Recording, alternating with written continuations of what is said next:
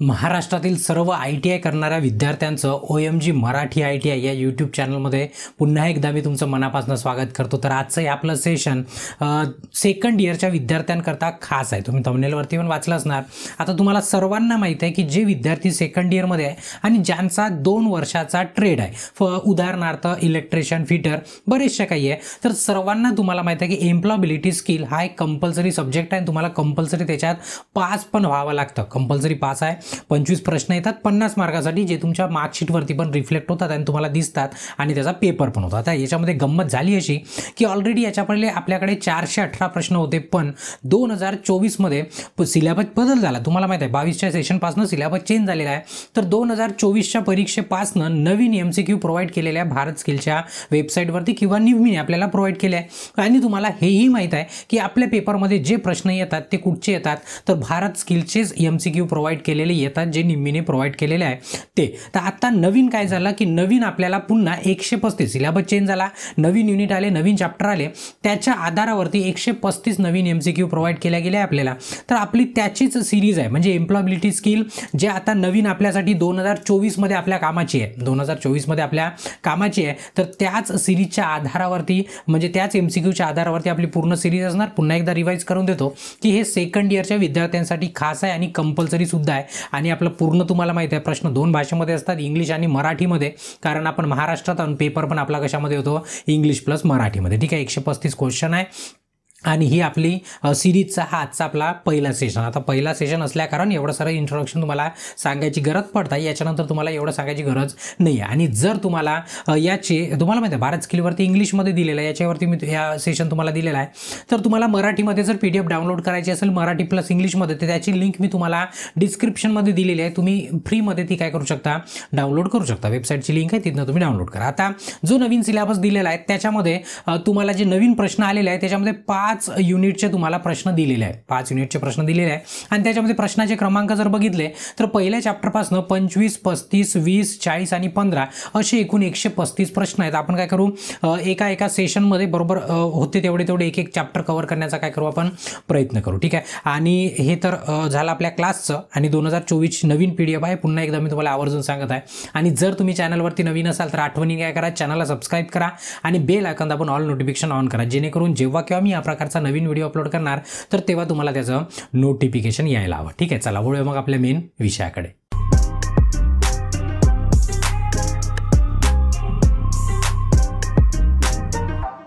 आता ही जी आपली सिरीज आहे सेकंड इयरच्या विद्यार्थ्यांकरिता एम्प्लॉयबिलिटी स्किल नवीन MCQ 2024 मध्ये आपल्याला प्रोव्हाइड केले, त्याची सुरुवात आहे। ठीक आहे, आता पहिला चॅप्टर आपण सुरू करणार आहे, मूलभूत करिअर कौशल्य। म्हणजेच करिअर म्हणजे काय, आता आपला ITI झाल्याच्या नंतर आपला करिअर स्टार्ट होणार आहे। त्या करिअरसाठी कोणत्या कोणत्या गोष्टी गरजेच्या आहेत, त्याच्यामध्ये कोणत्या स्किल तुमच्याजवळ असल्या पाहिजे, ते सर्व आपण त्या सेशनमध्ये कव्हर करणार। त्यापूर्वी आता तुम्हाला एक महत्त्वाचं इन्स्ट्रक्शन म्हणा किंवा एक निवेदन पण म्हणू शकता। ठीक आहे, ते तुमच्याच फायद्याचं आहे। तुम्हाला काय करायचं आहे की आता जरी तुम्हाला 135 प्रश्न दिलेले आहे, तरी माझं वैयक्तिक तुम्हाला एक निवेदन असं किंवा माझी एक इच्छा अशी की तुम्ही 135 तर वाचा, पण त्याच्याही सोबत तुम्हाला माहिती आहे जुने ओल्ड आपल्याला 418 MCQ दिलेले आहे। आणि त्याची आपला जो हिंदी चॅनल आहे, कोणचं हिंदी चॅनल, ओपन माइंड गुरुजी नावाचं हिंदी चॅनल आहे, तर त्या हिंदी चॅनलवरती पूर्ण 418 प्रश्न काय केलेले आहे, व्यवस्थितपणे आपण त्याला एक्सप्लेन केलेलं आहे। त्याची PDF डाउनलोड करायची लिंक पण डिस्क्रिप्शनमध्ये आहे, ओल्डवाली PDF, ते जिथून तुम्ही नवीन कराल त्याच्याच खाली जुनी पण PDF तुम्हाला दिलेली आहे। तर तुम्ही काय करायचं, 135 प्रश्न पाहून झाले की आठवणीने याही सिरीजला पूर्ण कंप्लीट करा। म्हणजे कसं, आपला बॅकअप प्लॅन रेडी असला पाहिजे, आपला काय असला पाहिजे, बॅकअप प्लॅन रेडी असला पाहिजे, जेणेकरून फसवणूक आपली होणार नाही। कारण की निम्मी DGT काय करतील यांना काही नेम नाही आहे, एक सिलेबस राहतं आणि पेपरात भलतंच काहीतरी टाकून देतं, त्याच्यामुळे कसं की विद्यार्थी गोंधळात पडतात। म्हणून माझं काम आहे तुम्हाला सांगणं की आपण 135 तर वाचू नवीन, पण आपण काय करू, जुने पण प्रश्न वाचून टाकायचे। आता ही सिरीज जुनी हिंदीमध्ये मी सांगितलं, प्रयत्न करील जर जमला वेळ मिळाला आपल्याला तर मराठीमध्ये पण करून देईल, पण होती तिथपर्यंत हिंदी आपल्या चॅनलवरती जायचं, ओपन माइंड गुरुजी, तिथनं बघून घ्यायचं। ठीक आहे, हे आठवणीने लक्षामध्ये ठेवा की तुमचा आता हे कशासाठी की तुमच्यासोबत धोका व्हायला नको त्याच्याकरता, कारण की सांगितलं सरप्राईज द्यायची सवय आपल्या DGT निम्मीला। तर काही हरकत नाही, आपण आपल्या पहिल्या क्लासकडे वळू, जो आपल्या नवीन सिलेबसचा। ठीक आहे, तर पहिला प्रश्न आहे, प्रश्न 2 भाषेमध्ये आहे, इंग्लिश आणि मराठीमध्ये। मी मराठीमध्ये वाचण्याचा प्रयत्न करतो, ज्यांना इंग्लिश जमते त्यांनी इंग्लिश पण वाचू शकता। ठीक आहे, पहिला प्रश्न आहे, खालीलपैकी कोणते रिझ्यूममध्ये समाविष्ट असतात. आता रिझ्यूम, आता बघा दोन शब्द तुम्ही ऐकलेला आहे, एक बायोडाटा पण ऐकलेला आहे, एक रिझ्यूम पण ऐकलेला आहे. आता जनरली बोलताना आपण दोघांना एकत्र टाकतो, पण एक गोष्ट लक्षामध्ये ठेवा, तुमच्या बायोडाटामध्ये आपण काय करू शकतो, बायोडाटा जनरली तुमच्या लग्नाच्या वेळेस वगैरे तुमच्या कामी पडतो, बरोबर आहे. तर बायोडाटामध्ये तुम्ही आपलं वजनही टाकू शकता, तुमची हाईट टाकू शकता, तुमचा रंग टाकू शकता, तुमची जात कोणती आहे, तुमचा धर्म कोणता आहे, मामखूळ कोणता आहे, बऱ्याचशा गोष्टी टाकतो आपण लग्नाच्या वेळेस, त्याला आपण बायोडाटा संबोधतो. काय संबोधतो? बायोडाटा. पण कधी कधी रिझ्यूमला पण बायोडाटा म्हटलं जातं. रिझ्यूम म्हणजे नेमकं काय असतं? रिझ्यूम म्हणजे तुमच्या करिअरसाठी लागत असलेलं किंवा तुम्ही शैक्षणिक जे तुमची पात्रता आहे, तुम्ही काय शिकले, काय अनुभव घेतला, कुठे काम केलं, याच्याशी निगडीत जर तुम्ही कोणती माहिती देत असणार तर त्याला आपण काय म्हणतो? रिझ्यूम म्हणतो. फॉर एक्झाम्पल तुम्ही जर बघितलं, तुमचं नाव असतं, तुमचं ॲड्रेस असतं, त्याच्यामध्ये तुमची समरी असतं तुमच्या बायोडाटावरती, तुमची टेक्निकल स्किल कोणती आहे, वर्क एक्सपिरियन्स काय, प्रिव्हियस जर काही एक्सपिरियन्स असणार तोही टाकू शकता आपण, एज्युकेशन काय झालं आहे, तुमच्याकडे स्किल कोणती आहे, तुमची हॉबी कोणती आहे, एवढं आपण रिझ्यूममध्ये टाकतो. जिथे आपल्याला जॉब करायला जायचं आहे त्या रिझ्यूममध्ये. एवढं पटलं? प्रश्नामध्ये काय म्हटलं आहे की हेच काय काय समाविष्ट करायचं रिझ्यूममध्ये. तर एकदम सोपाचा प्रश्न आहे, एकदम व्यवस्थितपणे वाचाल तर तुम्ही सर्वच प्रश्नाचे उत्तर फटाफट काय करू शकता, देऊ शकतात. पहिलं ऑप्शन जर बघितलं, बघा त्याच्यामध्ये छंद टाकायचे, ठीक आहे, हॉबीमध्ये आपण छंद टाकू शकतो. पण आवडते पदार्थाचा विषयच येत नाही. रिझ्यूममध्ये काय टाकणार आहे का? कंपनीवाला तुम्हाला खायला बोलवणार आहे का? बिलकुल नाही बोलवणार, ठीक आहे. त्याच्यानंतर बालपणीच्या आठवणी, तुम्हाला काही स्टोरी विचारायला बोलवणार नाही आहे, हे रिझ्यूममध्ये टाकू शकत नाही. आवडते चित्रपट, सुट्टीमध्ये तुम्ही कुठे चालले, हेही तुम्हाला रिझ्यूममध्ये टाकायचं नाही, तुम्हाला विचारणार पण नाही या गोष्टी. काय विचारू शकते म्हणजे काय टाकू शकतो आपण? संपर्क माहिती टाकू शकतो 100%. शैक्षणिक तपशील म्हणजे तुम्ही काय शिकले तेही टाकू शकता. तुमचे कौशल्य काय तेही टाकू शकता, म्हणजे तुमच्याकडे स्किल कोणते आहे आणि तुमच्याकडे एक्सपिरियन्स कोणता आहे हेही तुम्ही टाकू शकता. म्हणजे तुमचा डी ऑप्शन काय एकदम परफेक्ट. तर प्रश्नात काय विचारलं होतं की तुम्ही आपल्या रिझ्यूममध्ये काय काय समाविष्ट करू शकता, ठीक आहे. मी उदाहरणाकरता तुम्हाला दाखवून पण दिलं की काय काय समाविष्ट आपण करू शकतो, म्हणून याचं डी उत्तर काय होतं, एकदम परफेक्ट होतं, ठीक आहे. चला नंतरचा प्रश्न आहे, आणि प्रश्न जर व्यवस्थित वाचले ना, एकदम सोपाचा सब्जेक्ट आहे, सोपेचे प्रश्न येतात, पूर्णपैकी पूर्ण मार्क घेऊ शकतो, 50 पैकी 50. आणि जर तुम्हाला फुल टेस्ट जर जॉईन करायची असणार तर आपली ॲप डाउनलोड करायची, कोणती? CSTA लॉन्चपॅड. त्या ॲपवरून तुम्ही टेस्ट पण जॉईन करू शकता. पूर्ण नवीन आणि जुने दोन्ही पण MCQ इन्क्लूड केलेला आहे, इंट्रोडक्शन व्हिडिओ बघून घ्यायचा, ठीक आहे. बघा दुसरा प्रश्न आहे, राघव एका मार्केटिंग फर्ममध्ये नोकरीसाठी अर्ज करत आहे. आता राघव काय करत आहे की एक मार्केटिंग कंपनी आहे, त्या मार्केटिंग कंपनीमध्ये जॉबसाठी अप्लाय करत आहे, अर्ज करत आहे तो, ठीक आहे. त्याने कव्हर लेटर वाचणे सोपे कशामुळे होईल? त्याचे कव्हर लेटर वाचणे. आता सर्वात पहिले हे समजून घेणार, कव्हर लेटर म्हणजे काय, की तुम्ही एखाद्या कंपनीमध्ये तुम्ही रिझ्यूम नेऊन देता, पण बऱ्याचदा बघितलं आणि बऱ्याच जणांचं बघितलं की काय करतात की रिझ्यूम देतात, ॲक्च्युली रिझ्यूम सोबत एक कव्हर लेटर द्यावं लागतं. रिझ्यूम सोबत काय द्यावं लागतं? Cover letter. की कव्हर लेटर कशासाठी? त्या कव्हर लेटरवरती काय लिहिलेलं असतं? कव्हर लेटरमध्ये लिहिलं असतं तुम्ही ज्या पोस्टसाठी अप्लाय करताय, मी त्याच्यासाठी कशा पद्धतीने पात्र आहो बा, याच्याबद्दल संक्षिप्तमध्ये, कमीत कमी शब्दामध्ये, कमीत कमी पॅरेग्राफमध्ये, कमीत कमी लाईनमध्ये, कमीत कमी सेंटेन्समध्ये पटकन समजणार असं की मला हा जॉब कशासाठी करायचा आहे आणि मी का बरं करू शकतो चांगल्या पद्धतीनं, ते त्या कव्हर लेटरवरती टाकलं असतं. त्याला कव्हर लेटर म्हणजे रिझ्यूमच्याही वरती काय असलं पाहिजे, आपलं कव्हर लेटर असलं पाहिजे. रिझ्यूम बनवलं की पहिले कव्हर लेटर त्याच्यावरती लावायचं, आठवणींनी जिथे जॉब करता त्याच्याशी रिलेटेड आपलं काय असलं पाहिजे, कव्हर लेटर असलं पाहिजे, ठीक आहे. आता बघा कसं असलं पाहिजे, सोपे होणार. सोपं कोणती गोष्ट सोपी कशी राहू शकते? एकतर सुटसुटीत आहे, व्यवस्थितपणे लिहिलेली आहे, समजणार अशी, त्याला आपण सोपं म्हणू शकतो, ठीक आहे. तर कसं असलं पाहिजे कव्हर लेटर असं विचारलं आहे बघा. लांब वर्णने, एकदम लॉंग डिस्क्रिप्शन दिलं आहे, तुम्ही 4-5 पानं लिहून टाकले समजा कव्हर लेटरचे, तर तो वाचणारा काय, ते तुमचे एवढी फुरसत आहे त्याच्याजवळ वाचायला? बिलकुल नाही. तर हे बिलकुल चालणार नाही. दुसरं आहे की मजकूर लहान परिच्छेदामध्ये विभागणे. बिलकुल मजकूर एकदम छोटासा असला पाहिजे, कमी सेंटेन्समध्ये आणि बरोबर वेगळ्या वेगळ्या लाईनमध्ये लिहायचं, जेणेकरून पटकन वाचून पटकन समोरच्याला समजलं पाहिजे की नेमकं आपलं म्हणणं काय. तर म्हणजे हा ऑप्शन आपला बरोबर राहू शकते. इन्क्रीजिंग फॉन्टचा आकार वाढवणे, यांनी काही सोपं होणार नाही वाचणं, बरोबर आहे. आणि ह्या सर्वाचा तर विषय येत नाही, मग ठीक आहे. म्हणजे बी वाला ऑप्शन काय एकदम परफेक्ट आहे. म्हणजे कसं असलं पाहिजे, एकदम प्रोफेशनल असलं पाहिजे, एकदम शॉर्ट असलं पाहिजे, एकदम टू दी पॉईंट असलं पाहिजे, एकदम छान पद्धतीचं असलं पाहिजे आपलं कव्हर लेटर, ठीक आहे. तुम्ही ते शिकलेच असणार, त्याचं बी उत्तर काय एकदम बरोबर आहे, ठीक आहे. चला नंतरचा प्रश्न आहे, नोकरीसाठी अर्ज करण्यासाठी प्रभावी रिझ्यूम बनवल्यानंतर पुढील चरण काय? आता तुम्ही म्हटलं आहे की रिझ्यूम बनवल्यानंतर पुढील पुढील स्टेप काय, तुमची पुढील चरण काय, मी आत्ताच सांगितलं की रिझ्यूम बनवला की पहिले आपल्याला कव्हर लेटर बनवायचं आहे. आता ऑप्शनमध्ये बघू की आपल्याला काय दिलेलं आहे. ठीक आहे, पहिला ऑप्शन काय, नियोक्त्याला बायोडाटा पाठवा. नियोक्ता म्हणजेच काय, एम्प्लॉयर जो आपल्याला जॉब देणार आहे, ज्याच्याकडे आपण रिझ्यूम पाठवणार आहे त्याला म्हणताय की तुमचा बायोडाटा किंवा रिझ्यूम पाठवून द्या. पहिलेच नाही पाठवायचं, मी काय सांगितलं त्याच्यासोबत तुम्हाला कव्हर लेटर लावायचं. ठीक आहे, तर आता हे डायरेक्ट करायचं नाही. दुसरा ऑप्शन बघा, एक प्रभावी कव्हर लेटर लिहिणे, म्हणजे एक प्रभावी कव्हर लेटर लिहायचं. बी उत्तर आपलं बरोबर राहू शकते. समोर जर बघितलं, मुलाखतीची तयारी करा. आता मुलाखतीची तयारी करायचा विषयच नाही, पहिले रिझ्यूम तर पाठवा, कव्हर लेटर तर पाठवा.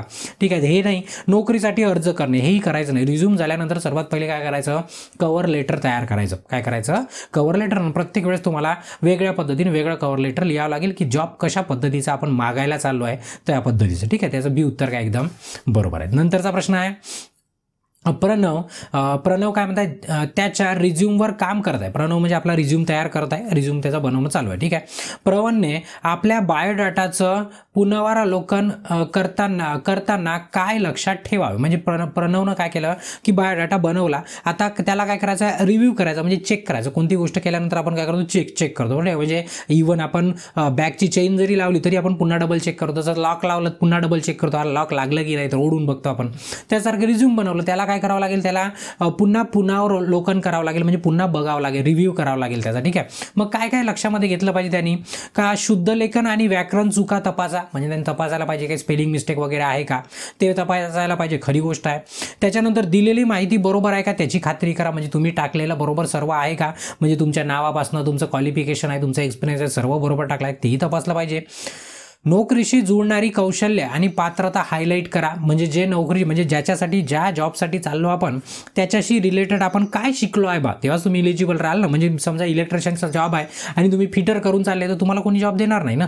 तर तुम्हाला इलेक्ट्रिशियन आहेत बरोबर, जे इलेक्ट्रिशियनसाठी शिकले आहेत त्याला तुम्हाला हायलाईट करावं लागेल. काय करावं लागेल, हायलाईट. तर ही केलं पाहिजे, म्हणजे याचा अर्थ की सर्व बरोबर आहे. त्याचं उत्तर काय राहील, D, all of the above, म्हणजे या सर्वांचाच त्यांनी विचार केला पाहिजे रिव्ह्यू करताना. ठीक आहे, म्हणून याचं डी उत्तर काय परफेक्ट आहे. ठीक आहे, चला नंतरचा प्रश्न आहे.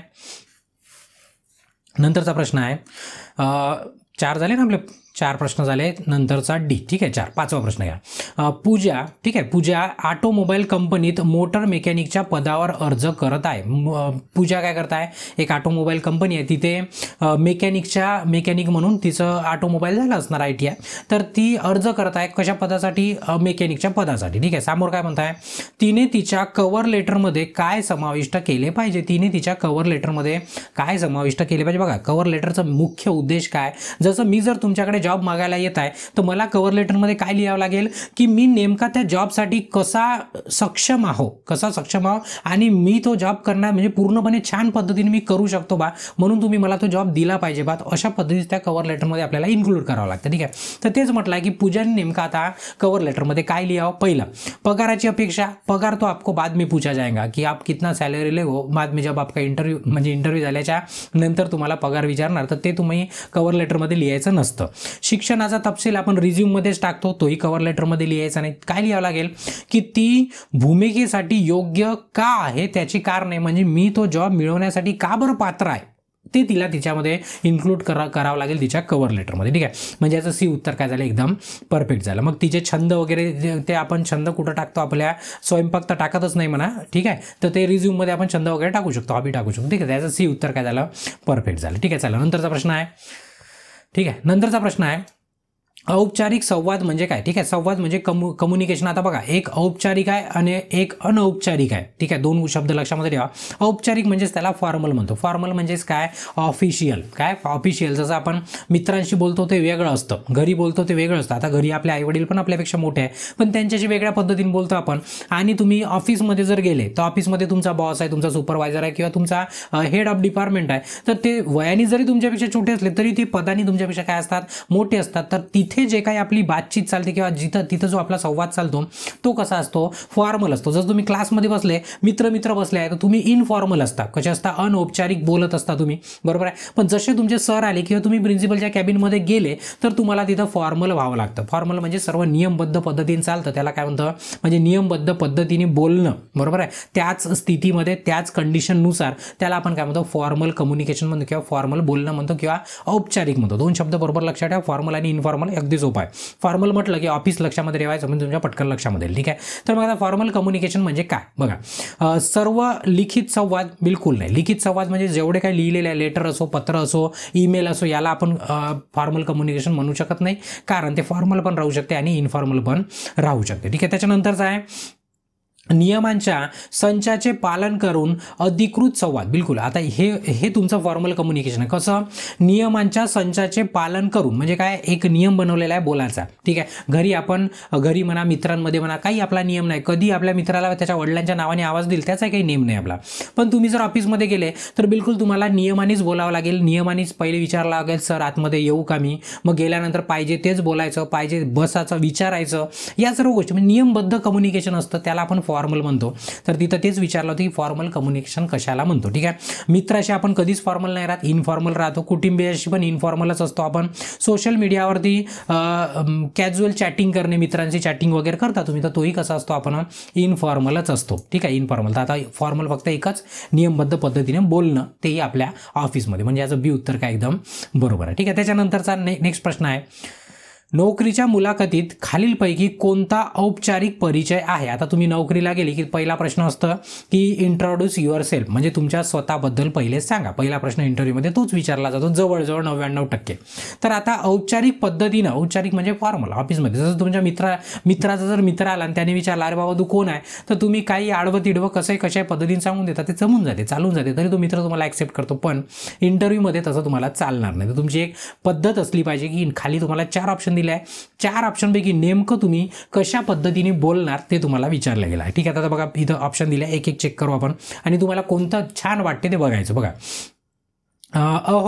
मी परमित आहे. मी काय परमित आहे. ठीक आहे, मुलाखतीसाठी गेला आहे, त्याचं नाव परमित असणार. आता ऑप्शनमध्ये आपल्याला परमित दिलं. परमित आहे, तुला भेटून आनंद झाला, असं म्हणाल का तुम्ही? बिलकुल नाही, तुम्हाला हकलून देईल पहिलेच. ठीक आहे, मग म्हणाल, हाय मी परमित आहे, मला ठेवल्याबद्दल धन्यवाद. तुम्ही हाय म्हटल्यावरही तुम्हाला उडवून देईल तेव्हाच्या तेव्हा. मी जर यो म्हटलं तर पहिलेच उठ म्हणाल, बाहेर निघ म्हणाल. ठीक आहे, यो मी परमित आहे, चला सुरू करूया, असंही तुम्ही इंट्रोडक्शन आपलं देणार नाही. कसं देऊ शकता? शुभ सकाळ किंवा दुपार, सकाळी की दुपारी भेटतात त्याच्यावर डिपेंड करते. मी परमित आहे आणि या भूमिकेसाठी माझा विचार केल्याबद्दल मी तुमचे आभार मानू इच्छितो. बिलकुल, हे जर तुम्ही बघितलं की तुम्ही मला सिलेक्ट केलं बा, त्याच्याबद्दल मी तुमचे आभार मानतो बा, तर हा एक प्रकारचा काय झाला, व्यवस्थित. म्हणजे 4 पैकी जर ऑप्शन बघितला तर डी वाला ऑप्शन काय एकदम परफेक्ट दिसतं आणि एकदम व्यवस्थितपणे दिसत आहे. म्हणजे याचं डी उत्तर काय बरोबर आहे. ठीक आहे, चला नंतर म्हणून तुम्ही आरामशीर वाचलं ना, सर्व प्रश्न काय अगदी सोपे आहे. त्याच्यानंतरचा प्रश्न आहे की औपचारिक लिखित संवादाचे उदाहरण काय? ठीक आहे, औपचारिक म्हणजे काय? फॉर्मल म्हणजे ऑफिसचे, आणि लिखित म्हणजे काय? रिटन. लिखित म्हणजे काय? रिटन. आता तुम्ही एखाद्या आपल्या मित्राला, एखाद्या मैत्रिणीला तुम्ही पत्र लिहू शकता लिखित लिहून. ठीक आहे, आता ते पत्र फॉर्मल की इनफॉर्मल कसं ठरवायचं? फॉर्मल म्हणजे ऑफिशियल असतं. कसं असतं? ऑफिशियल. तुम्ही त्याच्यामध्ये प्रिय मित्र, प्रिय मैत्रीण, प्रिय बाबा असं काही म्हणू शकत नाही तुम्ही, बरोबर आहे. तर तुम्हाला ऑफिसमध्ये बॉसला नाही तसं म्हणू शकत ना, प्रिय बॉस असं नाही म्हणू शकत. ठीक आहे, तर ते लिहायची पद्धत काय असते? वेगळी असते, त्याला फॉर्मल म्हणतो आपण. फॉर्मल मेल पण राहू शकते, पत्र पण राहू शकते, काही राहू शकतं. इथं काय विचारलं आहे, खालच्यापैकी कोणतं उदाहरण फॉर्मल आहे, ऑफिशियल आहे? फॉर्मल म्हणजे काय? ऑफिशियल, औपचारिक. आता एक उदाहरण बघा. मित्राला मजकूर पाठवला, म्हणजे मित्राला जर तुम्ही टेक्स्ट मेसेज पाठवला त्याला फॉर्मल म्हणाल का? नाही, मित्रानं घरचे आले का ते इनफॉर्मलच असणार, म्हणजे हे वाला ऑप्शन नाही आहे. त्याच्यानंतर व्हॉट्सअप मेसेज पाठवणे, हे काही फॉर्मल राहू शकत नाही. ऑफिशियली व्हॉट्सअप नाही, ऑफिशियल काय चालतं? ईमेल चालतं. ठीक आहे, तुमच्या व्यवस्थापकाला ईमेल लिहिणे, हे बिलकुल बरोबर आहे. काय? तुमचा व्यवस्थापक म्हणजे काय? तुमचा मॅनेजर, जो तुमचा बॉस असणार, त्याला तुम्ही काय केलं? ईमेल पाठवला, म्हणजे काय झालं? ते फॉर्मल कम्युनिकेशन झालं. फक्त कसं आहे? रिटनवाला लिहिलेलं, ज्याच्यामध्ये शब्दाचा वापर आपण लिहून केलेला आहे. ठीक आहे, त्याचं सी उत्तर काय एकदम परफेक्ट आहे. त्याच्यानंतर डी वाला आहे, सोशल मीडिया प्लॅटफॉर्मवर पोस्ट करणे, हे यालाही फॉर्मल नाही म्हणता येईल, याला पण आपण काय म्हणतो? इनफॉर्मलच म्हणतो, जे काही म्हणतो. ठीक आहे, त्याचं सी उत्तर काय एकदम परफेक्ट आहे. चला नंतरचा प्रश्न आहे तुम्हाला, नोकरीच्या मुलाखतीदरम्यान तुम्हाला एखादा प्रश्न ऐकू आला नाही किंवा समजला नाही तर तुम्ही काय म्हणाल? जसं तुमचा समजा फॉर एक्झाम्पल इंटरव्ह्यू चालू आहे आणि तुम्हाला समोरच्याने काहीतरी विचारलं, एक तर तुम्हाला समजलं नाही तो काय विचारताय, किंवा तुम्हाला ऐकू नाही आलं, तर तुम्ही कशा पद्धतीने म्हणाल? पद्धत कशी असू शकते? तुम्ही 10 जणाला बसवाल, 10 जण 10 पद्धतीने म्हणणार, की सरांनाच म्हणणार, सर समजलं नाही, डबल सांगा. ठीक आहे, एखादा असं म्हणू शकते, सर असा एखादा म्हणू शकते, सर मला माफ करा की मला तुम्ही काय बोलले तर एक तर ते समजलं नाही किंवा मला ऐकून आलं, डबल सांगता का तुम्ही, असं तुम्ही व्यवस्थितपणे बोलू शकता. तर आता प्रत्येकाच्या बोलायच्या पद्धती काय वेगळ्या, तर 4 ऑप्शन दिले आहेत, बघू याच्यातले योग्य आपल्यासाठी कोणती वाटते. तर ठीक आहे, पहिला काय म्हणते बघा, माफ करा मला कळले नाही, माफ करा मला कळले नाही, तुम्ही कृपया प्रश्न पुन्हा सांगू शकता का, असं म्हणायचं. तुम्ही ऑर्डर नाही द्यायचा, तुम्ही म्हणाल पुन्हा डबल प्रश्न सांगा जर म्हणाल तर तो रेपटीत मारून बाहेर काढून दिला आपल्याला, बरोबर आहे. म्हणाल नाही तर चाल झाले प्रश्न संपले, तू बाहेर जाऊ शकते, बरोबर आहे. हे पद्धत बिलकुल पहिली दिसली की त्याला माफी मागितली आणि सांगितलं की मला कळलं नाही, तुम्ही डबल सांगू शकता का, तुमची इच्छा असल्यास सांगा, नाही तर मी चाललो, असा त्याचा अर्थ झाला प्रामाणिकपणे एकदम. नंतर काय म्हणतात दुसरा ऑप्शन, अरे तुम्ही पुन्हा करू शकता का किंवा सांगू शकता का, मी लक्ष देत नव्हतो. तो म्हणाल लक्ष देत नव्हता, तू आलास कशाला इथं, चालू निघ म्हणाल, बरोबर. म्हणजे हा ऑप्शन नाही होऊ शकत. मी हरवला म्हणजे माझं लक्ष नाही आहे, तू पुन्हा सांगशील का, असं म्हणाल तरी तुम्हाला उठवून भागवून देईल. स्पष्टपणे बोला आणि प्रश्न पुन्हा विचारा, असं म्हणाल का तुम्ही, सर स्पष्टपणे बोला बरोबर पुन्हा डबल विचारा, असं म्हणाल का, तरी नाही जमणार. तुमचा हे ऑप्शन काय दिसत आहे, परफेक्ट दिसतं आणि व्यवस्थित दिसतं, म्हणून याचं हे उत्तर काय बिलकुल बरोबर आहे. ठीक आहे, चला नंतरचा प्रश्न आहे, नोकरीच्या मुलाखतीदरम्यान रमेशला त्याच्या शीर्ष 3 व्यक्तीचे नाही शक्तीचे वर्णन करण्यात सांगितले. म्हणजे मुलाखत चाललेली आहे आणि रमेशला काय म्हटलं की अरे बाबा तुझ्याकडे स्किल आहे, तर कोणत्याही 3 स्किलचं तू वर्णन कर, तुझ्याकडे कोणत्या 3 स्किल आहे. ठीक आहे, त्याच्यानंतर खालीलपैकी कोणता प्रतिसाद चांगला औपचारिक संवाद असला, औपचारिक म्हणजे आपला फॉर्मल. तर आता प्रश्न काय विचारला बघा, इंटरव्ह्यू घेणाऱ्याने विचारला की अरे रमेश तुझ्याकडे तुझ्या 3 स्किल कोणत्या आहेत, तर ते सांग बरं मला. तर मग पहिला म्हणताय मी बऱ्याच गोष्टीमध्ये चांगला आहे. तुम्हाला असं विचारलंच नाही तू कोणत्या गोष्टीत चांगला आहे, बऱ्याच गोष्टी चांगला. भाऊ तुला 3 विचारलं ना, तू बऱ्याच गोष्टी सांगत आहे. ठीक आहे, हा ऑप्शन नाही बरोबर. त्यानंतर अरे मला वाटते मी सर्व काही करू शकतो, म्हणजे त्यांनी 3 स्किल विचारला आणि तुम्ही काय म्हणताय की अरे मी तर सर्वच काही करू शकतो, सर्वच स्किल आहे माझ्यामध्ये. तर हे उत्तर काही प्रॉपर नाही झालं, बरोबर आहे. नंतरचं आहे समस्या सोडवणे, टीमवर्क आणि तपशिलाकडे लक्ष देणे ही माझी शीर्ष 3 कौशल्य आहेत. किती छान व्यवस्थितपणे वाटत आहे सेंटेन्स, बरोबर आहे. म्हणजे हे वाला उत्तर काय होऊ शकते आपलं, बरोबर होऊ शकते सी. पुन्हा चौथा वाचून घेऊ आपण बघा, मला माहीत नाही, मी याबद्दल विचारच केला नाही, तर मग तू आला कशाला, विचारच केला नाही, तर असं तुम्हाला म्हणणार एम्प्लॉयर आपला, बरोबर आहे, नियोक्ता तुमचा. तर याचा सी उत्तर काय एकदम परफेक्ट आहे. चला नंतरचा प्रश्न आहे, अनौपचारिक संवाद म्हणजे काय. आता अनौपचारिक म्हणजेच काय, इन्फॉर्मल, मित्रांसोबत बोलणं, घरच्यांसोबत बोलणं, त्याला आपण काय म्हणतो, घरच्यांसोबत त्याला इन्फॉर्मल म्हणतो. फॉर एक्झाम्पल तुम्ही जसे आई वडील आहे आपल्या घरी, एखाद्या वेळेस आईवर तुम्ही जोरामध्ये चिल्लावून टाकाल, एखादी भाजी वगैरे नाही आवडली तर, स्वयंपाक जेवण नाही आवडलं तर, ठीक आहे, तरी तुम्हाला जेवायला मिळणार, नवीन मिळणार, पुन्हा डबल मिळणार वाटल्यास. पण तेच तुम्ही तुमच्या ऑफिसमध्ये तुमच्या बॉसवर चिल्लावा की काहीतरी गोष्टीसाठी, जरी बॉसचं चुकलं असणार, तुमच्या हेडचं चुकलं असणार, तुम्ही चिल्लावा, घरी चिल्लावता तसे, तुम्हाला घरचे तर जेवू तरी देणार, पण ऑफिसमध्ये तुम्ही नेलेला टिफिन पण तुम्हाला खाऊ नाही देणार तुमचा बॉस, अशी परिस्थिती. म्हणून ते काय असतं, फॉर्मल असतं. हे काय आपल्या घरचं इनफॉर्मल, जे मित्रांसोबत आपण कौटुंबिक वगैरे बोलतो त्याला आपण काय म्हणतो, इनफॉर्मल म्हणतो. ठीक आहे, तर बघा आता म्हणजे काय असं विचारलं बघा, सर्व शाब्दिक संवाद याला आपण इन्फॉर्मल म्हणू शकत नाही. दुसरं आहे की नियमांच्या संचाचे पालन करून अधिकृत संवाद. आता नियमांचे इथं पालन करायचा गरज नाही, घरी पालन करतो का, आई वडील मोठे आहे म्हणजे त्यांना एकदम सकाळी उठलं आई वडिलांना may I come in, may I god, पाणी पिऊ का, जेवू का असे विचारता का तुम्ही, बिलकुल त्याला फॉर्मलमध्ये नाही ना, कोणता नियम नाही आपल्या घरी. त्याच्यानंतर अधिकृत कामाच्या व्यवस्थेच्या बाहेर प्रासंगिक संभाषण, म्हणजे तुमच्या अधिकृत म्हणजे ऑफिशियल कामाच्या बाहेर जे काही बोलतात त्याला आपण काय म्हणतो, इनफॉर्मल म्हणतो. काय म्हणतो, इनफॉर्मल म्हणतो. अधिकृत बैठकीत बोलणे याला फॉर्मलच म्हणता येईल. ठीक आहे, त्याचा सी उत्तर काय एकदम बरोबर आहे. म्हणजे कशाला इनफॉर्मल, ऑफिसच्या बाहेर जे काही बोलणार आपण आपल्या कामाच्या बाहेर त्याला आपण काय म्हणतो, इनफॉर्मल म्हणतो. ठीक आहे, म्हणजे त्याला अनौपचारिक असं म्हणता येईल संवाद. ठीक आहे, त्याचं सी उत्तर काय होतं, परफेक्ट.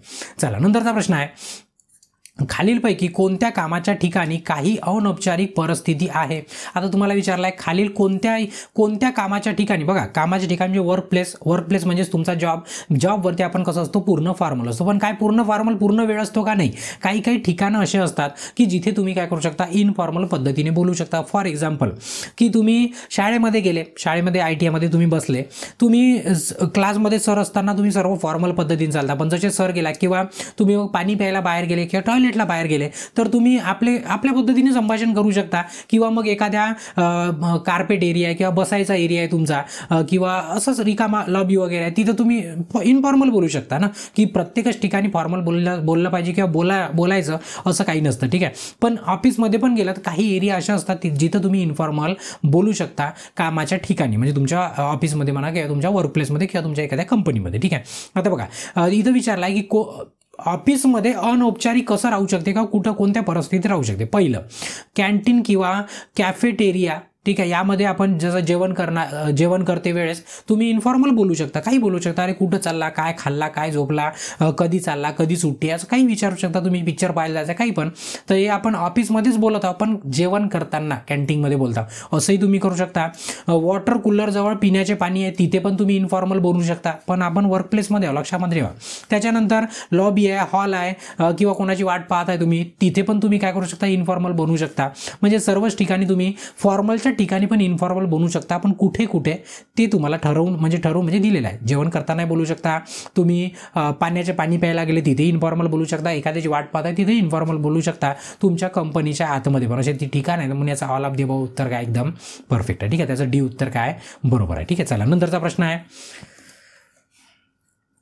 प्रश्न आहे कामाच्या ठिकाणी अनौपचारिक संवादाचे काही फायदे आहेत, ठीक आहे. कामाच्या ठिकाणी आपण औपचारिक बोलतो, पण अनौपचारिक बोलण्याचा पण काही फायदा आहे. कोणता फायदा आहे की लोकांना काय करू शकतो, एकत्र काम करण्यास मदत करू शकतो. म्हणजे कसं होते की आपण ऑफिसमध्ये अनौपचारिक जर बोललो तर काय होते, एकमेकांची मैत्री होते, एकमेकांना आपण समजून घेऊ शकतो, सोबत छान पद्धतीने काम करू शकतो. म्हणजे ऑफिसमध्ये पण आपण इन्फॉर्मल बोललो तर कामाच्या ठिकाणी, ठीक आहे, तो एक सर्वात महत्त्वाचा फायदा आहे. म्हणण्याचं हे उत्तर बरोबर आहे. बाकीचं बघाल तुम्ही तर कामावर गोष्टी अधिकृत बनवणे त्याच्यासाठी बिलकुल इन्फॉर्मल नसतं.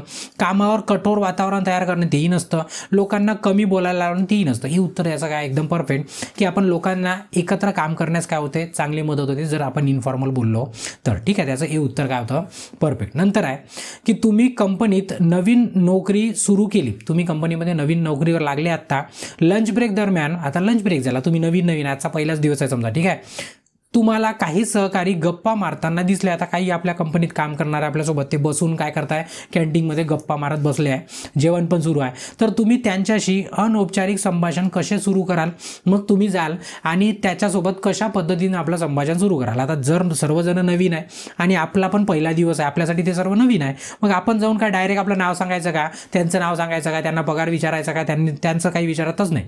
जाऊन काय करायचं, त्यांच्या गोष्टीमध्ये कसं मिसळू शकतो त्याचा आपण काय करायचं, प्रयत्न करायचा. मग बाकीच्या आता मग आपली एकदा मैत्री झाली की मग आपण आपलं डिस्कशन करू शकतो. तर सुरुवात अशी असली पाहिजे. तर काही जणांना सवय काय असते, म्हणजे मी माझा अनुभव सांगतो की नवीन जॉबवरती आले की त्यांचा पहिला आपल्या सहकार्यांसोबत जे आपल्यासोबत काम करणार त्यांना पहिला प्रश्न कोणता असतो माहिती आहे, अरे तुझा पेमेंट किती आहे, अरे तुला पगार किती मिळतो, अरे बॉस कसा आहे, अशा पद्धतीचे प्रश्न विचारतात पहिल्याच दिवशी पहिल्याच वेळेस, ठीक आहे. असं नाही करायचं, पहिले त्याच्यामध्ये मिळण्याचा आपण प्रयत्न करायचा, ठीक आहे. ऑप्शनमध्ये बघू काय लिहिलं बघा. पहिला, आपण औपचारिक परिचय करून द्या आणि कंपनीतील त्याच्या भूमिकेबद्दलची चौकशी करा. म्हणजे आपलं फॉर्मली बोला आणि त्याच्या भूमिकेबद्दल, म्हणजे तू काय करते इथं, कोणत्या जॉबवर आहे, हे सर्व सुरुवातीला नाही विचारायचं, ठीक आहे. असं नाही विचारायचं. काय विचारायचं बघा, त्यांना पाहायला आवडणारे TV शो, खेळ, त्यांना वाचायला आवडणारी पुस्तके किंवा त्याचा शनिवार रविवारचा काय योजना असतो, काय प्लॅनिंग असतो, पिक्चर वगैरे बघायला जातो का, असं जनरलचं बोलून पहिले त्याच्यामध्ये काय करायची, एंट्री करायची त्यांच्या संभाषणामध्ये. म्हणजे आपली मैत्री होणार. काहून तर आपण काय आहोत, नवीन आहोत, ठीक आहे. तर म्हणजे याचं बी उत्तर काय एकदम परफेक्ट आहे, ठीक आहे. त्याच्यानंतरचा पहिला प्रश्न आहे, तुम्ही कामावर आहात आणि एक सहकर्मी एखादा कार्यासाठी तुमच्या समर्थन म्हणजे मदतीसाठी, ठीक आहे, मदतीसाठी विचारतो, तुम्ही अनौपचारिकपणे कसा प्रतिसाद द्याल. म्हणजे तुमच्या कामावरचा एखादा व्यक्ती आहे, म्हणजे तुमच्यासोबत काम करणार, तो तुम्हाला मदत मागायला येत आहे, तर तुम्ही त्याला कशा पद्धतीने मदत कराल, असा प्रश्न आहे. बघा एक वाचा आपण, ठीक आहे. मी मदत करू शकतो, पण गंभीरपणे तुला इतके पण माहीत नाही समस्या काय, असं म्हणाल का. एखादा मदत मागायला येत आहे आणि तुम्ही असं म्हणाल, अरे काय तुला समजत नाही हे सर्व काय, नाही असं म्हणू शकत नाही आपण. तुम्ही विचार करून बघा समोर, मी सध्या खूप व्यस्त आहे, दुसऱ्याला विचारा, असं म्हणाल का. नाही मी कामामध्ये, तुम्ही दुसऱ्याला विचारून घ्या, असं म्हणाल का. नाही असं पण नाही म्हणायचं. काय म्हणायचं, नक्की मी मदत करू शकतो, तुला काय पाहिजे, असं बोलायचं. छान वाटणार. कारण की कसं आहे, आज एखादा आपल्याला मदत मागताय तर गरज जरुरी नाही की आपल्याला कधीच गरज नाही पडणार, आपल्यालाही बऱ्याचदा दुसऱ्याची मदत लागते. तर आपण तसा व्यवहार जर केला तर एक दिवस त्याची पण बारी येईल तर तोही आपल्यासोबत तसा व्यवहार करणं त्या दिवशी आपल्याला खूप वाईट वाटणार. म्हणून काय करायचं की कोणी मदत मागितली तर त्याला म्हणायचं की हो माझ्याच्याने होते तेवढी मी मदत करण्याचा तुला प्रयत्न करेल, सांग तुला काय पाहिजे. ठीक आहे, आता तो 2-4 लाख मागणार तर आपल्याजवळ नाही आहे ना, देऊ नाही शकत, पण सुरुवात तशी करू शकता, हो मी तुला मदत करू शकतो बा, काय पाहिजे सांग. ठीक आहे, म्हणून याचं सी उत्तर काय एकदम परफेक्ट आहे. ठीक आहे, चला नंतरचा प्रश्न आहे कामाच्या ठिकाणी शिष्टाचार म्हणजे काय. ठीक आहे, पहिले आता शिष्टाचार काय होते हे समजून घेणं तुमच्यासाठी महत्त्वाचं. शिष्टाचार म्हणजे काय, उदाहरणार्थ तुम्ही जॉबवर आहे आणि तुम्हाला 9 वाजता पोहोचायचं आहे, पण तुम्ही काय करताय 9 वाजायला 5 मिनिट बाकी आहे तेव्हाच जाऊन पोहोचत आहे आपल्या कामाला बिलकुल रेडी. ठीक आहे, म्हणजे तो काय झाला एक प्रकारचा शिष्टाचार झाला. दुसरा उदाहरण की तुम्हाला समजा असे रंगीबेरंगी शूज आवडतात, कलरफुलवाले शूज आवडते, पण तुम्हाला ऑफिसला जायचं आहे तर तुम्हाला माहित आहे की फॉर्मल शूज लावलेच पाहिजे. म्हणजे काय बघा, मला जरी कलरफुल आवडते रंगीबेरंगी आवडत आहे पण मी रंगीबेरंगी लावून जाणार नाही आपल्या ऑफिसमध्ये, मी काय करेल फॉर्मलच लावून जाईल. म्हणजे याला काय म्हणतो आपण शिष्टाचार म्हणतो. काय म्हणतो शिष्टाचार म्हणतो. ठीक आहे, तर मग बघा इथं विचारलं आहे कामाच्या ठिकाणी शिष्टाचार म्हणजे काय. पहिला कामाच्या बाहेर दररोज शिष्टाचार नाही, याला कामाच्या बाहेरचा विषयच नाही करतो आपण. काय म्हणतो आदर आणि व्यावसायिकरितेवर आधारित कामाच्या ठिकाणी योग्य वर्तन. म्हणजे कामाच्या ठिकाणी बरोबर योग्य, जसं वेळेच्या पहिले पोहोचणं, बिलकुल ज्या ड्रेस कोडमध्ये जायचं त्या ड्रेस कोडमध्ये जाणं, इतरांचा आदर करणं, याला काय म्हणतो आपण शिष्टाचार म्हणतो. काय म्हणतो शिष्टाचार म्हणतो. म्हणजे याचं बी उत्तर काय एकदम परफेक्ट आहे. नंतरचा प्रश्न आहे प्रश्न क्रमांक 17 खालीलपैकी कोणते कार्यस्थळ योग्य वर्तन मानले जाईल. म्हणजे तुम्ही कार्यस्थळावर आहे तिथं खालीलपैकी 4 ऑप्शन दिलेले आहेत, त्याच्यापैकी कोणता ऑप्शन योग्य राहील असं तुम्हाला विचारलं आहे. पहिला नियमितपणे कामावर उशीर होणे किंवा उशिरा जाणे, हे तर योग्य नाही आहे, अयोग्य झालं. त्यानंतर मीटिंग दरम्यान इतरांना व्यत्यय आणणे, म्हणजे मीटिंगमध्ये बाकीचे बोलत आहे त्याला मधामधात आपण डिस्टर्ब करणं, तेही चांगली गोष्ट नाही आहे. त्याच्यानंतर फोनवर मोठ्याने बोलणे, हेही काही योग्य गोष्ट नाही, हे मूर्खाचंच लक्षण आहे. बरोबर आहे. चौथा आहे की स्वच्छ कार्यक्षेत्र राखणे, म्हणजे तुम्ही जिथे काम करता त्या क्षेत्राला काय राखणं एकदम स्वच्छ राखणं. जसं तुम्ही क्लासमध्ये जरी बसले तरी तुमचं काम आहे की आपला क्लास कसा असला पाहिजे, नीट अँड क्लीन असला पाहिजे. कसा असला पाहिजे, नीट अँड क्लीन. म्हणजे याचं डी ऑप्शन काय असणार मग बरोबर आहे. ठीक आहे, चला नंतरचा प्रश्न आहे की क्रिस्टी तिच्या डेस्कवर काम करत आहे. क्रिस्टी काय करत आहे ते आपल्या डेस्कवर बसून काम करते. ठीक आहे, म्हणजे ऑफिसमध्ये असणार एका बेंचवर आपल्या बसलेली आहे टेबलवर. तर कामाच्या ठिकाणी खालीलपैकी कोणते वर्तन अयोग्य आहे. 4 ऑप्शन दिले आहे, विचारला आहे की कोणतं अयोग्य आहे. टेबलवर बसले, इमॅजिन करा. आता पहिलं कार्यक्षेत्र स्वच्छ ठेवा, बिलकुल योग्य आहे. त्यांनी अयोग्य विचारला का आपल्याला, नाही अयोग्य विचारला आहे. ठीक आहे, पण हे चांगलं आहे. विनम्र आणि स्पष्टपणे बोला, म्हणजे आपल्या ऑफिसमध्ये कार्यस्थळावर इतरांशी एकदम स्पष्टपणे आणि नम्रपणे बोला, विनम्रपणे बोला, ही तर चांगलीच गोष्ट आहे. त्यांनी चांगली कोणती नाही आहे असं विचारलं आहे. डेस्कवर वारंवार टॅप करा, म्हणजेच काय की तुम्ही बेंचवर बसले ना, सवय असते कोणाला पेन ठोकत बसतात, ठोक ठोक ठोक ठोक करत बसतात किंवा हाताने टोक टोक करत बसतात. तर असं वारंवार असं डेस्कवर टॅप करत राहणं बाकीच्यांना डिस्टर्ब होते, इरिटेट होते. बरोबर आहे, हे योग्य नाही, याला काय म्हणू आपण अयोग्य म्हणू. ठीक आहे, त्यांनी अयोग्यच विचारलं होतं म्हणून याचा सी उत्तर काय एकदम परफेक्ट आहे. ठीक आहे, चला नंतरचा प्रश्न आहे की टीम मीटिंग दरम्यान आयशाच्या खालीलपैकी कोणती कृती योग्य कामाच्या ठिकाणी शिष्टाचार दर्शवते. ठीक आहे, आता काय करताय टीमची मीटिंग चालली आहे, टीमची काय चालली मीटिंग चालली आहे. तर आयशाचा खालीलपैकी कोणतं कृत्य योग्य आहे. काय विचारलं आहे योग्य. बरोबर आहे, एक महत्त्वाची, मी ज्याला अंडरलाईन करतो तो शब्द समजून घ्यायचा की महत्त्वाचा आहे. कोणतं कृत्य योग्य आहे, म्हणजे तिनं केलेला खालीलपैकी काय योग्य आहे असं विचारलं आहे. पहिला ऑप्शन आहे की सतत तिचा फोन तपासा आणि संदेशांना प्रतिसाद द्या. म्हणजे ती काय करताय आता तिचा म्हणजे तिच्याबद्दल की ती वारंवार आपला फोन चेक करत आहे आणि रिप्लाय देत आहे मेसेजला जेव्हा की तिथं मीटिंग चालू आहे. ते चांगलं झालं का, बिलकुल नाही, याला चांगलं म्हणता येणार नाही. दुसरा ऑप्शन आहे की काम नसलेल्या गोष्टींबद्दल तिच्या सहकाऱ्यांशी गप्पा मारणे किंवा गप्पा मारत बसणे. ती काय करताय आपल्या सहकारीसोबत, म्हणजे आपल्या बाजूला जे बसलेले आहे सहकर्मी, मीटिंग चालू आहे तिकडे, ह्या आपल्या गोष्टी कापाडत आहे. ठीक आहे, फिरायला कुठं जायचं, काय खायचं, कोणता पिक्चर बघायचा, योग्य झालं का, बिलकुल नाही झालं. नंतर स्पीकरला तिच्या चुकीचे विचार सांगण्यासाठी व्यत्यय आणणे किंवा व्यत्यय आणत आहे. काय की समोरचा मीटिंगमध्ये बोलत आहे, त्याला मधामधात डिस्टर्ब करणं, बोलता बोलता त्याला मधामधात थांबवणं, कारण की तसं पद्धत नसते. पद्धत काय असते, समोरच्याला पूर्ण बोलू देणं, नंतर आपलं बोलणं सुरू करणं. ठीक आहे, ही व्यवस्थित पद्धत असते. ते तीनही ऑप्शन चुकले. चौथा आहे, तिचा फोन सायलेंट मोडवर ठेवा म्हणजे तिनं ठेवला आहे आणि चर्चेत सक्रिय सहभागी व्हा. ही गोष्ट बिलकुल बरोबर आहे. तिने काय केलं, आपला मोबाईल सायलेंट केला आणि बिलकुल डिस्टर्ब नाही होणार म्हणून बाजूला ठेवला आणि तिचं पूर्णपणे लक्ष आहे. म्हणजे काय, तो एक प्रकारचा काय झाला, शिष्टाचार झाला. क्लासमध्ये पण तसंच, की जो विद्यार्थी व्यवस्थित आहे तो काय करणार, चुपचाप आपला मोबाईल सायलेंट करणार, बाजूला ठेवून देणार आणि शिकवण्याकडे लक्ष देणार. नाही बाकीचे काय, वाजला, झाला व्हायब्रेट, दे रे रिप्लाय, झाला मेसेज आला, दे रे रिप्लाय, मास्तर तिकडे किती बोंबलो, त्याच्याशी काही घेणदेण नसतं. अशा पण पद्धती आहे. तर तुम्हाला डिसाईड करायचं असतं की कोणतं बरोबर आहे आणि कोणतं चुकीचं आहे. मी तर सांगितलं कोणतं चुकीचं आहे. तर ठीक आहे, तर मग याचं डी उत्तर काय, एकदम परफेक्ट. नंतरचा प्रश्न आहे की लंच ब्रेक दरम्यान अर्जुन त्याच्या सहकाऱ्यांकडून दुसऱ्या सहकर्मीबद्दल गप्पा मारताना ऐकतो. अर्जुनने काय करावे. अर्जुन काय, लंच ब्रेक झाला, तिथं सर्वजण जेवायला बसले. आता तुम्ही पण बघितलं या सर्व गोष्टी, ग्रुप असतात ना, कॉलेजमध्ये असो, कंपनीत असो, कुठे अशा ग्रुप असतं.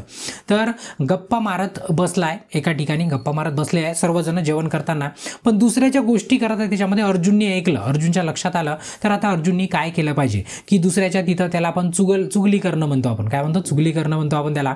त्याच्या चुगल्या करू लागायचं का, की त्यांना सांगायचं बाबा हे सर्व बरोबर नाही आहे, की काय नेमकं काय करायचं. 4 ऑप्शनमध्ये आपण बघू. पहिला, की त्याच्या सहकर्मींना सांगा की गॉसिप्स म्हणजेच त्या गोष्टी करणं, गोष्टी करणं हे कामाच्या ठिकाणी अयोग्य वर्तन आहे. म्हणजे अर्जुन जाऊन त्यांना काय सांगणार, अरे मित्रांनो, हे सर्व आपल्या कामाच्या ठिकाणी चुकीचं आहे, आपण असं गपशप नाही करायला पाहिजे, दुसऱ्याच्या गोष्टी आपण नाही करायला पाहिजे असं सांगायला पाहिजे त्यांनी. बिलकुल.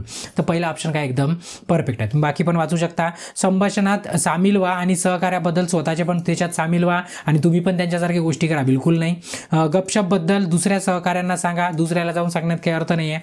आणि गपशप ऐका, हेही चुकीचं आहे. ठीक आहे, ए वाला ऑप्शन काय एकदम परफेक्ट आहे. ठीक आहे, चला नंतरचा प्रश्न आहे, खालीलपैकी कोणते विधान चांगले टीमवर्क दर्शवते. टीमवर्क म्हणजे एकत्र काम करतो. तर खालीलपैकी कोणता ऑप्शन बेस्ट आहे, की ज्याच्याने म्हणू शकतो आपण नाही टीमवर्क चांगल्या पद्धतीने होऊ शकते. पहिला ऑप्शन, सर्व कल्पना स्वतःकडेच ठेवा. बघा, टीमवर्कचा अर्थ काय होतो, म्हणजे सर्वांनी मिळून काम करणं. माझ्या डोक्यामध्ये एखादी आयडिया आणि मी एकटाच आपल्या डोक्यात ठेवली, त्याला अर्थ नाही. माझ्या टीममेटला मला सांगावं लागेल. म्हणजे स्वतःजवळच कल्पना ठेवणं ते चुकीचं आहे.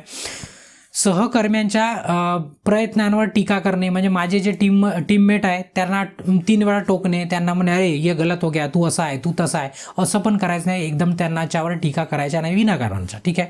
तिसरं आहे की समान ध्येयासाठी एकत्र काम करणे. ही गोष्ट बरोबर आहे, समान ध्येय. कारण बघा, टीमवर्क आहे म्हणजे सर्वांचं काम एकच आहे, सर्वांना एकच हासिल करायचं आहे. तर त्यांच्यासोबत मिळून एकत्र काम करणं हे काय बिलकुल बेस्ट टीमवर्कचं लक्षण आहे. चौथं बघाल, कल्पना आणि मतांकडे दुर्लक्ष करा. इतरांचे म्हणजे कोणी जर आयडिया देत आहे त्यांच्याकडे बघू पण नका, लक्ष पण नको. हे पण चुकीचं आहे. त्याचं सी उत्तर काय झालं, परफेक्ट झालं. ठीक आहे. नंतरचा प्रश्न आहे, टीमवर्कसाठी खालीलपैकी कोणते आवश्यक नाही. टीमवर्कसाठी खालीलपैकी कोणते आवश्यक नाही असं तुम्हाला विचारलं. बघा, पहिलं निरोगी संवाद, हे तर आवश्यक आहे. आपल्याला आवश्यक काय नाही आहे असं विचारलं आहे, हे आवश्यक आहे आपल्याला, बरोबर आहे.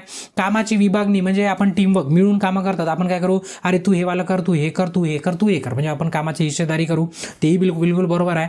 तिथे संघर्ष आणि वाद नको, तेच विचारलं आहे, काय नको. टीमवर्क म्हणजे एकत्र काम करत असताना संघर्ष आणि वाद, मतभेद असं काहीच तिथं नसलं पाहिजे. ठीक आहे. विश्वास तर असला पाहिजे, म्हणून याचं सी उत्तर काय एकदम परफेक्ट आहे. ठीक आहे. नंतरचा प्रश्न आहे, रवी इतर 2 सहकाऱ्यांसोबत एका प्रोजेक्टवर काम करत आहे. रवी काय झाला, आपल्या 2 मित्रांची म्हणण्यापेक्षा सहकाऱ्यांची काम करत आहे एका प्रोजेक्टवर.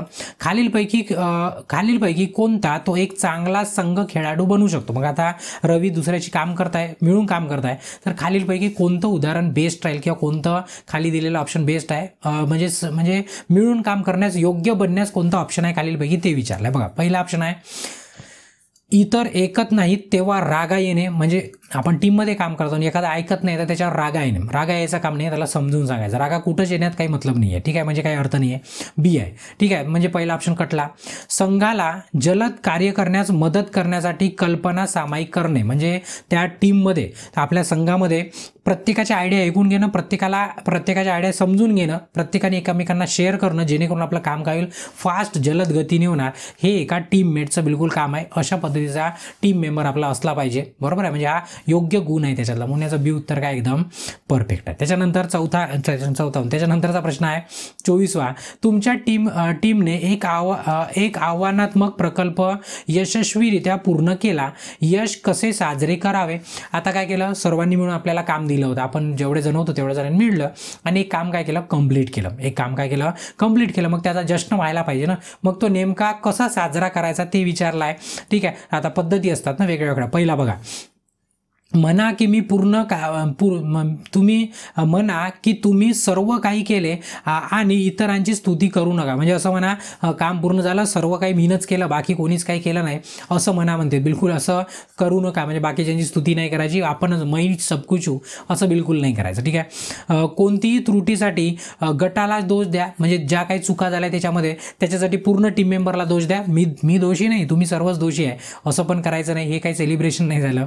काय झालं, उत्सव साजरा करू नका आणि पुढील काम सुरू करा. म्हणजे तुम्ही काय करा, सेलिब्रेट करू नका आणि समोरच्या कामाला लागा. इथं सेलिब्रेट कसं करायचं ते विचारलंय. म्हणजे हा ऑप्शन काही आपल्याला ठीक नाही वाटला. बघा, काय मदत केल्याबद्दल तुमच्या गटातील प्रत्येकाचा आभार माना. म्हणजे मदत केल्याबद्दल तुमच्या गटामध्ये जेवढे काही आहे सर्वांचा काय करा, आभार माना. म्हणजे याचं डी उत्तर काय झालं, एकदम परफेक्ट झालं. म्हणजे सर्वांचा धन्यवाद म्हणा भाऊ, सर्वांनी मदत केली तेव्हाच आपलं एवढं काम झालं, सर्वांना धन्यवाद. अशा पद्धतीने त्याचा आभार मानला पाहिजे. ते काय झालं, सेलिब्रेशन झालं.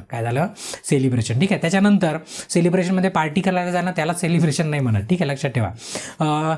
समूह प्रकल्पादरम्यान, म्हणजे एक प्रकल्प आहे, म्हणजे आपला एक प्रोजेक्ट आहे, तुमचा एक सहकारी त्याचे नियुक्त कार्य पूर्ण करण्यास धडपडत आहे. तुम्ही काय करायला हवे? म्हणजे आपल्या टीम मेंबर आहे, सर्वांना कामं दिले, 4-5 जण समजा, आपण सर्वांचे कामं झाले, पण एक जण आहे ना, त्याला त्याचा टास्क खूप अडचणीचं चाललं, त्याला थोडासा वेळ लागत आहे किंवा त्याला त्रास जात आहे ते काम करायला. मग तुम्ही काय केलं पाहिजे, कॉमन सेन्समध्ये जाऊन त्याला मदत करा. ऑप्शनमध्ये बघू काय म्हटलं आहे. ऑप्शनमध्ये म्हटलं आहे त्याच्या संघर्षाकडे दुर्लक्ष करा आणि स्वतःच्या कामात लक्ष द्या. असं नाही ना भाऊ, आपल्या टीम मेंबरचंच काम जर नाही होणार तर मग आपलं काम कसं पूर्ण होणार? कारण की आपण एकत्र मिळून काम करत आहोत ना. कारण की एक बाकी राहिला म्हणजे आपलं काम बाकी आहे. मग आपण असं जर करणार की त्याच्याकडे लक्ष नाही देणार तर आपला प्रोजेक्ट कंप्लीटच होणार नाही. बरोबर आहे.